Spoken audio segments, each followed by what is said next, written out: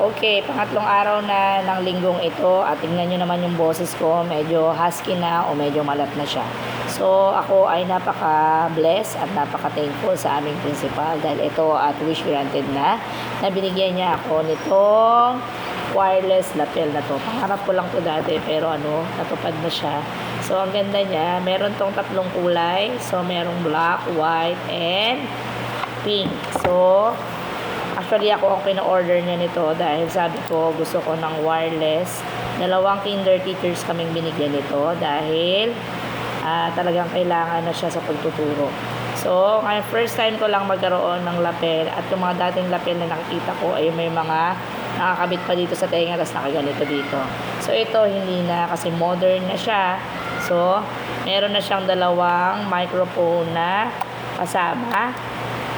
At ito ay nagcha-charge na rin dyan automatically. Pag sinalpak mo yan dyan, nagcha-charge na siya.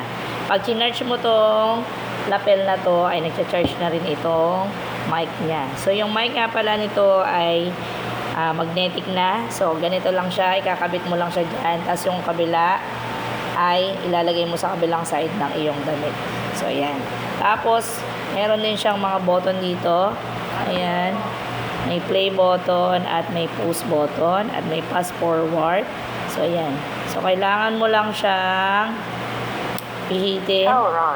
Ganyan. At makikita mo dyan kung gaano karami na ang charge na. So, ito. Tinesting natin. At ganito siya kalakas. Okay.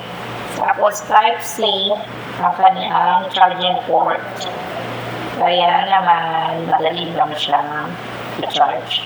So, lahat naman halos ng cellphone ngayon ay Type-C. So, yan. So, dalawa nga pala yung microphone nito at may kasama na ring magnetic na ganito.